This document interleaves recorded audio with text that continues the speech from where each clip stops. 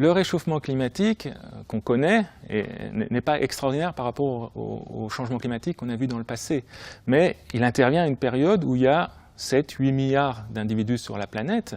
Et donc ça change complètement la donne par rapport au changement climatique passé. Et donc bien sûr, la Terre va survivre, bien sûr, ça ne va pas être l'extinction de la race humaine, mais il y a aussi des impacts colossaux qui peuvent arriver. Et donc c'est pour ça qu'on s'inquiète du réchauffement climatique, c'est parce que l'impact qu'il a sur nous.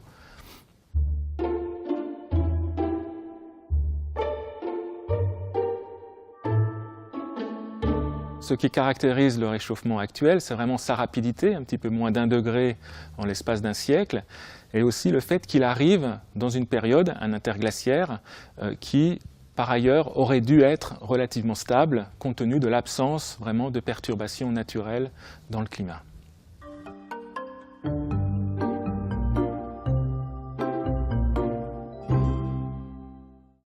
On peut attribuer une part significative du réchauffement à l'activité humaine. On peut le faire avec des outils statistiques. Si on utilise ces outils statistiques, on arrive à la conclusion qu'il y a 95% de chances qu'une bonne partie, la majorité du réchauffement climatique soit due à l'activité humaine. Donc, la concentration en dioxyde de carbone dans l'atmosphère a commencé à augmenter avec l'apparition des combustibles fossiles et a continué d'augmenter jusqu'au jour d'aujourd'hui dans des proportions qui sont importantes par rapport à la variabilité naturelle qu'on a connue pendant, disons, les derniers milliers d'années, pendant le dernier interglaciaire, voire même pendant des périodes plus longues sur le dernier million d'années. Donc il n'y a aucun doute sur le fait que le cycle du carbone a été largement anthropisé et sur le fait qu'il y a un effet de serre additionnel qui est substantiel.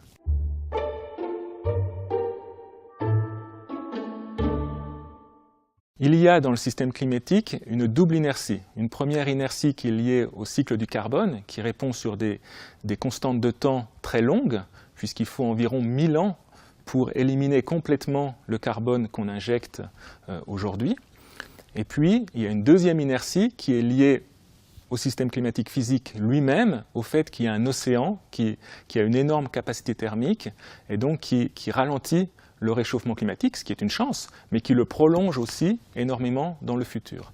Donc c'est pour ça qu'on a affaire à un problème auquel il faut vraiment s'atteler maintenant, parce que les constantes de temps sont quand même très longues, et donc si on ne fait rien aujourd'hui, eh bien, il y a certains aspects du réchauffement climatique, du changement climatique, qui seront irréversibles.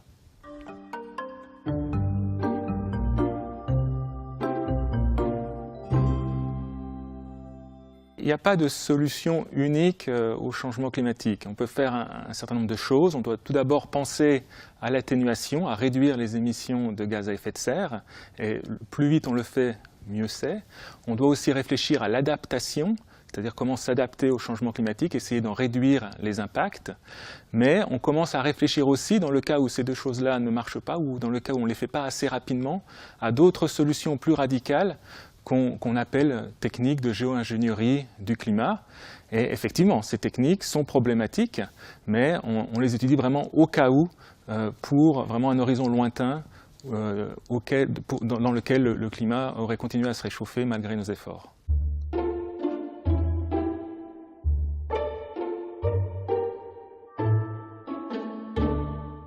Il y a toute une classe de techniques qu'on peut catégoriser dans deux grandes catégories. La première catégorie, c'est ce qu'on appelle les techniques de gestion du rayonnement solaire, où on cherche à diminuer la quantité d'énergie solaire absorbée par le système. Donc on cherche à réfléchir une partie du rayonnement solaire de manière à refroidir le climat et donc à contrecarrer le réchauffement dû à l'effet de serre. Donc la première technique sur laquelle on travaille est l'injection de particules dans la stratosphère, dans la partie haute de l'atmosphère, et ces particules vont venir réfléchir le rayonnement solaire et donc refroidir la planète. Alors c'est une technique pour laquelle on a un analogue naturel, puisque les éruptions volcaniques peuvent envoyer de grosses quantités de particules dans la stratosphère et on observe, à chaque fois qu'il y a une grosse éruption volcanique, un refroidissement du climat. Donc on sait que ça peut marcher, mais on sait aussi qu'il y a un certain nombre d'effets secondaires qu'on étudie à l'aide de modèles climatiques.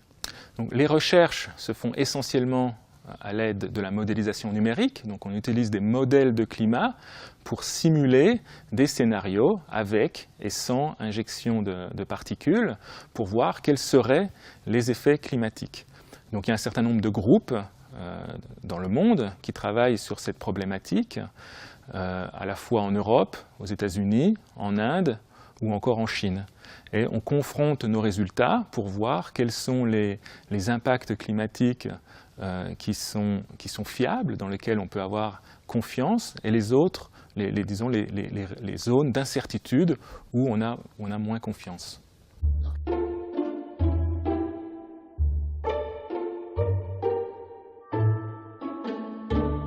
Le climat répond aussi bien à l'effet de serre qu'à ces injections de particules, si bien que le climat qui résulte de ces deux effets n'est pas le climat pré-industriel, ni même le climat actuel. Donc on se projette là dans un climat qui serait encore différent, en particulier avec des changements de circulation atmosphérique et des changements de précipitation à l'échelle des continents.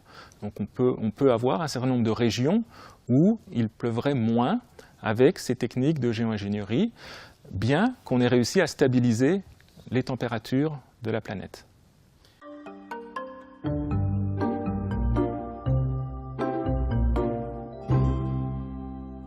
Il y a une autre catégorie de techniques de géo-ingénierie du climat qui vise à capter le dioxyde de carbone qui est dans l'atmosphère de manière à réduire les concentrations et donc à réduire l'effet de serre. Alors ces techniques, elles sont aussi hypothétiques, elles reposent soit sur la biosphère, on essaie de stocker du carbone dans la végétation, dans les sols, soit elles reposent sur des moyens chimiques ou des moyens chimiques dans l'océan ou plus industriels. Et c'est pareil, elles ont aussi des avantages, mais aussi beaucoup d'inconvénients. Et ces techniques, en particulier, sont lentes et probablement relativement coûteuses. Donc, elles peuvent jouer peut-être un rôle à la marge, mais elles restent beaucoup moins sûres et beaucoup moins efficaces que des réductions d'émissions à la source, telles qu'on sait déjà le faire.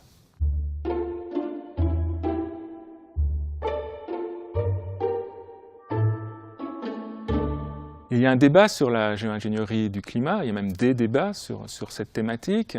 Et un des points principaux, c'est est-ce qu'il y a nécessité de faire des recherches ou pas? Alors, d'un côté, on a besoin de faire des recherches pour savoir, pour se prémunir contre un hypothétique changement climatique qui est très fort dans la deuxième moitié du XXIe siècle.